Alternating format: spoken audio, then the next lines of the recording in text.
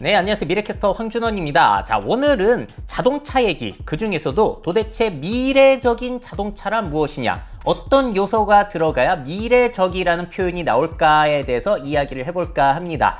자, 이 소재를 오늘 선정한 이유는 뭐냐면은 사실 기아의 EV9 자동차가 나오기 전에 저한테 전문가 인터뷰 의뢰가 들어왔었어요. 이 자동차가 미래적인 자동차 같냐? 라고 여쭤보셔가지고 제 대답은 그 당시에 뭐였냐?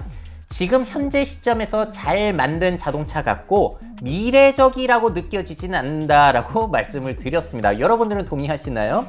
자, 그럼 도대체 미래적인 자동차란 뭘까? 거기에 대해서 생각을 했던 것들이 있어서 오늘 공유를 해볼까 하고요. 아무래도 개인적인 취향이 많이 들어갈 수밖에 없는 컨텐츠가 되지 않을까 싶고요. 참고로 전동화 얘기는 하지 않을 겁니다. 그건 당연한 이야기이기 때문에. 자, 먼저 외형부터 생각해 볼게요. 뭐가 미래적인 자동차의 외형일까요? 저는 크게 바뀌진 않을 거라고 봐요. 왜냐면은 일반적으로는 이렇게 공기 역학을 생각해서 유선형으로 생겨 있을 것이기 때문에 고속 주행을 생각한다면 미래도 이런 모습일 것 같고요. 그게 아니라 그냥 도심 주행, 이동 공간이라는 개념이라면은 미래는 이렇게 넓은 형태의 사각형 형태의 자동차도 늘어나지 않을까 싶습니다. 자, 그래서 큰 변화는 없을 것 같은데 유선형 같은 경우에서 미래적인 자동차라고 떠오른다면 아무래도 사이버 트럭이 최고가 아닌가라는 생각이 들기도 하고요. 이게 우리가 곧 만나볼 자동차라고 생각이 들고 여기서 좀 더 오버를 해서 뭔가를 덧붙여 본다면은 소니의 앞딜라처럼 저렇게 전면부 디스플레이를 달아가지고 충전 상황이라든지 각종 내가 원하는 것들을 저렇게 디스플레이로 보여줄 수 있는 장치를 넣는다든지 아니면 BMW의 비전 D처럼 전면부의 디스플레이 바뀌고 유리창에 아바타까지 띄워주는 이런 것들도 상상해 볼 수는 있겠죠. 자, 그리고 또 이 잉크를 사용해서 차량의 색깔이 바뀐다. 자, 근데 뭐 이 형식 같은 경우에는 기스 나거나 충돌 사고 나오면 너무 비용이 많이 들어가는 것이기 때문에 뭐 그렇게까지 현실성이 있다라고 저는 생각이 들지는 않습니다. 그래서 외부는 그렇게 크게 변화가 없을 것 같은데 제가 볼 때는 내부에서의 변화가 더욱더 특징이 클 것 같아요. 제일 큰 특징은 뭐가 있냐면은 바로 디스플레이가 자꾸 커진다는 거죠. 여러분들도 자동차 산업 박람회라든지 CES 그런 데서 자동차 나오는 거 보면은 거의 공통점이 안에 있는 디스플레이가 자꾸 커지고 물리적인 그 버튼들이 다 디스플레이로 대체가 된다라는 것들을 확인하실 수가 있으실 겁니다. 자, 그래서 이렇게 디스플레이가 큰 자동차를 보다가 작은 자동차들을 보게 된다면 미래적으로 느껴지지 않는 그런 게 있는 것 같아요. 자, 그래서 이 차이는 뭐냐면은 이 자동차가 중요하게 생각하는 게 운전, 주행이냐 아니면은 차 안에서의 경험이냐 그 차이에 따라서 많이 갈라지고 있는 것 같습니다. 자, 근데 현대 기아 자동차의 내부를 보면은 신형 자동차라고 하더라도 디스플레이가 그렇게 시원시원한 것 같지는 않아요. 물론 예전에 비해서 커졌지만 여전히 우리나라 자동차 기업은 주행 쪽으로 초점이 많이 맞춰져 있지 않나 라는 생각이 듭니다. 이게 현실적이라고도 볼 수 있겠고요. 근데 미래적이라는 생각까지는 좀 덜 들지 않나 라는 생각이 드는 것 같아요. 자, 차량용 디스플레이도 앞으로는 거거익선이 되지 않을까 라는 생각이 듭니다. 자, BMW 신형 일렉트로닉 미니만 하더라도 저렇게 폭이 24cm로 디스플레이가 커진다는 거예요. OLED 디스플레이가 들어가고 마치 스마트워치의 워치페이스 같죠? 자, AI 비서는 아예 또 강아지 캐릭터를 넣어서 헤이 미니 부르면 저 강아지가 나온다고 합니다. 그래서 미니도 이렇게 디스플레이가 커지니까 좀 더 미래적으로 보이지 않나요?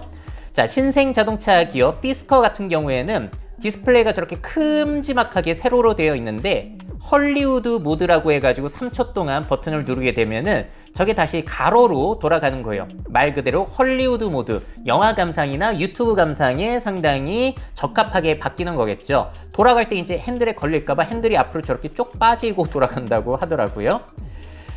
자, 근데 저는 아무리 생각해도 미래적인 자동차 했을 때 가장 먼저 떠오르는 차는 LG전자가 만든 옴니팟인 것 같아요. 전통적인 자동차 회사가 만든 게 아니라 LG전자가 생각한 이 제품이요. 정말로 주행보다는 이동 중의 경험에 초점을 맞춘 컨셉카라고 할 수가 있겠죠. 자, 그래서 디스플레이가 엄청 큽니다. LG전자의 그 뛰어난 TV 기술들을 다 줬다가 때려 넣는 거죠. 운전 안 할 때는 뭐 운동도 하고 가상 경치도 즐기고 별별 것들로 활용할 수가 있으니까요. 자, 그리고 우리가 미래적인 자동차를 생각해 볼 때 이 부분도 저는 생각해 볼 필요가 있다고 봐요. 앞으로 1인 가구가 자꾸 늘어나는데 그들은 어떤 자동차를 원할까? 지금 형태의 자동차가 1인 가구가 증가하는 시대와 잘 어울리는가? 제가 볼 때 그렇지는 않은 것 같아요. 자, EV9 인터뷰가 들어왔을 때도 이런 걸 말씀해 주셨어요. EV9은 자동차 시트가 회전을 해서 가족들이 서로 마주보고 이동할 수가 있다. 자, 그러면서 이런 게 미래의 인간관계 1인 가구 사회에 어울리냐라고 저한테 질문을 주셔가지고 당연히 안 어울린다라고 말씀을 드렸습니다. 그 관점에 따라서는 일부 국가, 일부 사람들에게는 이 기능이 좋게 보일 수도 있겠지만 이걸 미래적이라고 하기엔 좀 애매한 부분들이 있는 것 같아요. 제가 생각할 땐 패밀리카 용도로도 이게 환영받을까라는 생각이 들거든요. 애들이 중학생만 되더라도 이제 엄마 아빠 마주보고 여행을 간다? 여행지에서 마주보고 있다? 이걸 부담스러워할 가능성도 상당히 높지 않을까라는 생각 때문입니다. 자, 오히려 탑승객 각자의 프라이버시, 개인 디지털 경험을 보장해 주는 것이 미래적이지 않는가라는 생각이 들기도 했어요. 자, 1인 가구 우리나라 벌써 34.5% 넘어섰고요. 앞으로 거의 40%까지 갈 것 같고 핀란드, 스웨덴은 47, 45% 그렇습니다. 자, 그러면은 1인 가구의 자동차 뒷좌석이라는 게 정말 필요할까요?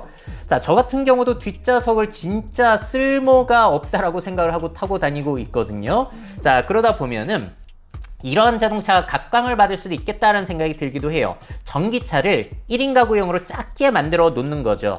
저게 중국 전기차 판매 1위 제품이라고 해요. 1회 충전 시에 주행거리도 170km 꽤 나가죠. 가격은 1000만원대. 자, 그래서 뒷좌석이 필요 없는 1인 가구들에게는 이런 자동차에 대한 수요가 있지 않을까라는 생각이 들었고, 이왕이면 귀엽게 디자인을 뽑으면 좋겠죠. 시트로엥의 에이미, 벌써 디자인이 귀엽잖아요. 이 자동차의 마이 에이미 버기 컨셉이라는 제품인데 와우, 너무 귀여운 것 같아요. 다양한 레저 용도로도 사용을 할 수 있을 것 같고 뒷좌석 필요 없는 사람들에게는 꽤 괜찮은 제품이 아닐까라는 생각이 들기도 했습니다.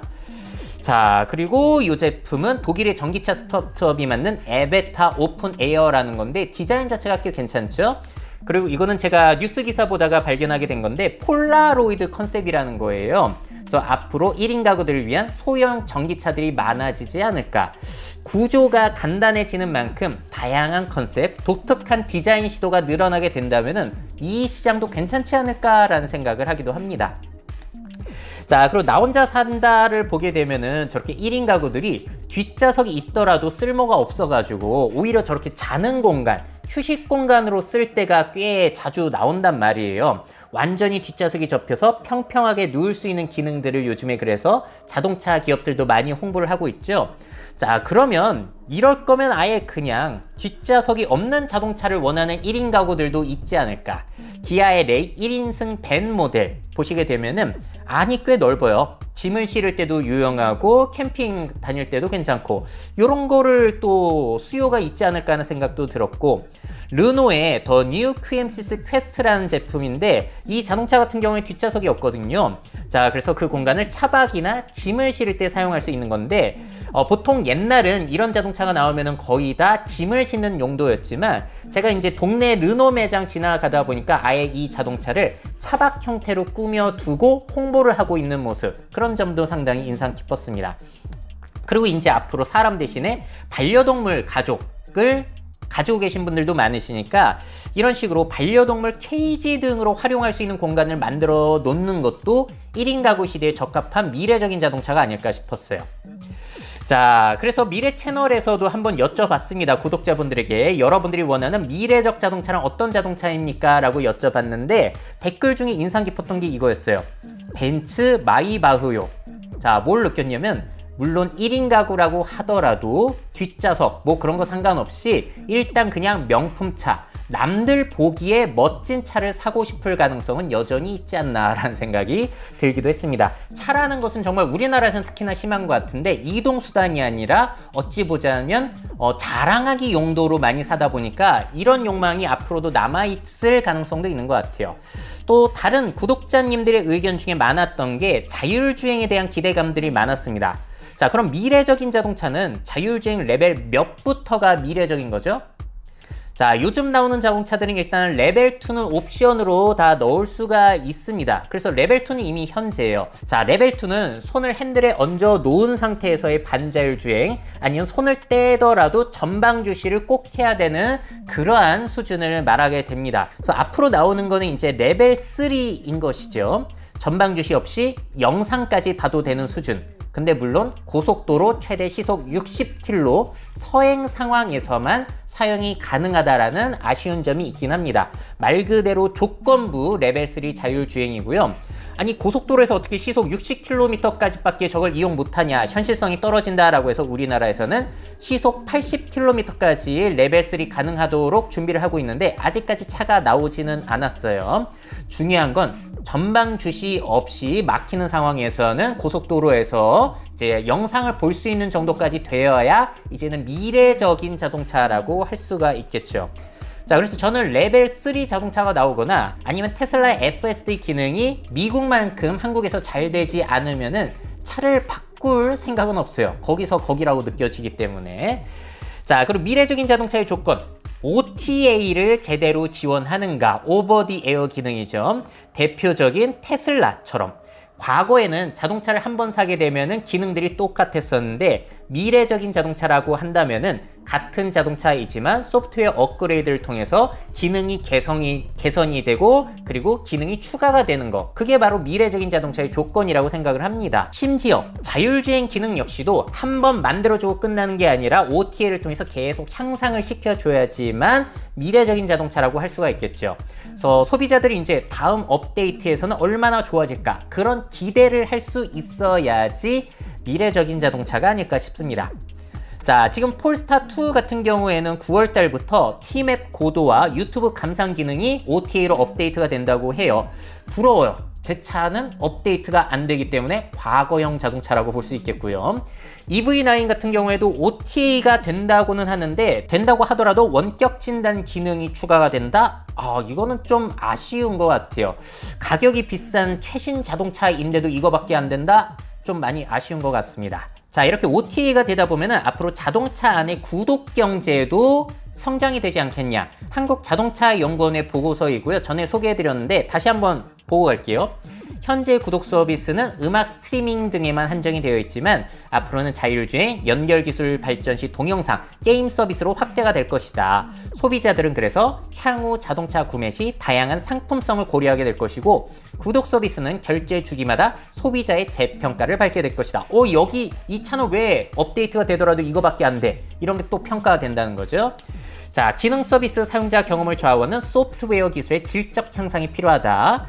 자, 하지만 안전과 관련된 기능이 구독 서비스로 제공되면 소비자의 불만이 제기될 가능성이 있다. 아니, 어차피 되는 기능을 넣어놓고 돈 안 내면 못 쓰게 한다는 게 말이 되냐, 이런 식으로 불만이 나올 수도 있겠죠.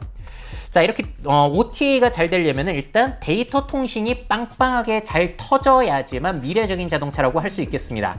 자, 그래서 제가 전에 뉴스 기사 중에 이런 걸 봤어요. 차량용 eSIM 요금제가 나왔다는 겁니다. 통신 3사가 BMW와 함께 이 요금제를 내놨는데 월 요금이 88,000원부터 49,000원 정도라는 거예요. 야, 앞으로는 이게 정상적인 새로운 요금 형태가 될 텐데 이 비용도 무시 못할 것 같아요. 자, 스페이스 X사 같은 경우에는 스타링크 서비스, 이거를 차에서도 이용할 수 있는 서비스를 내놓기도 했습니다. 저렇게 차 위에 안테나를 설치한 거고요.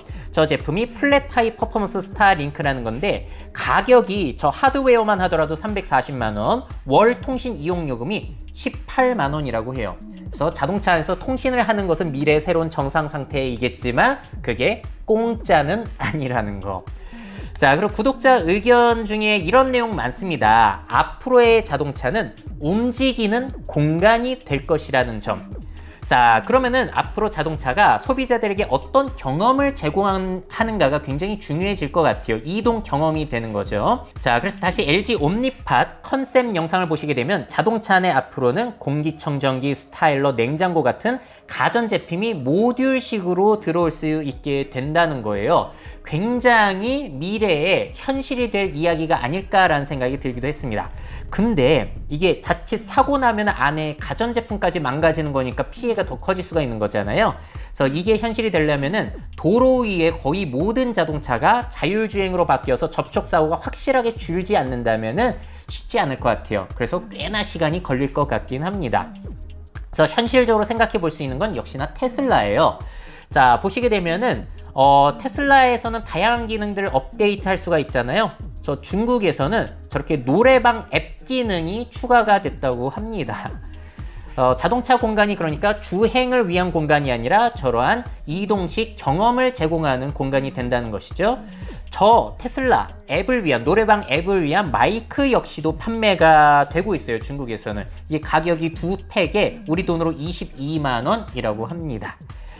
자, 이렇게까지 해서 제가 미래캐스터가 생각하는 미래적 자동차가 뭔지에 대해서 말씀을 드렸는데, 한번 정리를 해보자면은 개인 취향에 맞춰서 실내외 변형이 가능한가, 그리고 카 인포테인먼트에 특화가 되어 있는가, 그리고 그것을 즐길 수 있는 커다란 디스플레이가 있는가가 굉장히 큰 특징이지 않을까 싶어요. 자, 그리고 그런 것들을 원활하게 해줄 데이터 통신과 OTA 지원, 이거는 정말로 미래적 자동차의 필수 요건이라고 보고요. 그리고 앞으로는 이동식 개인 공간으로 변모하게 되면서 그 안에서 즐겁고 편안한 경험을 어떻게 제공해 줄 것인가가 미래적 자동차의 특징이라고 봅니다. 이거는 점점 시간이 지날수록 중요한 요소가 되겠죠. 자, 그리고 자율주행 레벨 2 같은 경우 이미 현실이기 때문에 레벨 3 이상은 되어야 될 것 같고요. 1인 가구라든지 반려동물의 증가와 같은 인구, 사회, 가치관 변화가 잘 반영이 되어 있는가. 자, 그래서 1인 가구들에게 뒷좌석이란 도대체 무슨 의미인가에 대해서 많이 생각해 봐야 되는 시점이 아닐까 싶어요. 앞으로도 1인 가구는 늘어나면 늘어났지 줄어들진 않고, 반려동물 더 기르면 기르지 덜 기르진 않기 때문에. 자, 그렇다면 여러분들은 미래적인 자동차란 무엇이라고 생각을 하십니까? 오늘은 제 취향이 너무나 많이 반영이 된 것이었기 때문에 여러분들은 어떠한 자동차가 미래적이라고 생각하시는지 댓글로 남겨주시면은 또 생각들을 공유할 수 있을 것 같습니다. 많은 댓글 부탁드릴게요. 미래사회 변화를 업데이트하고 싶으신 기업 및 기관, 그 밖에 미래 트렌드 교육이 필요하신 분들은 myf21naver.com 이메일로 연락주세요.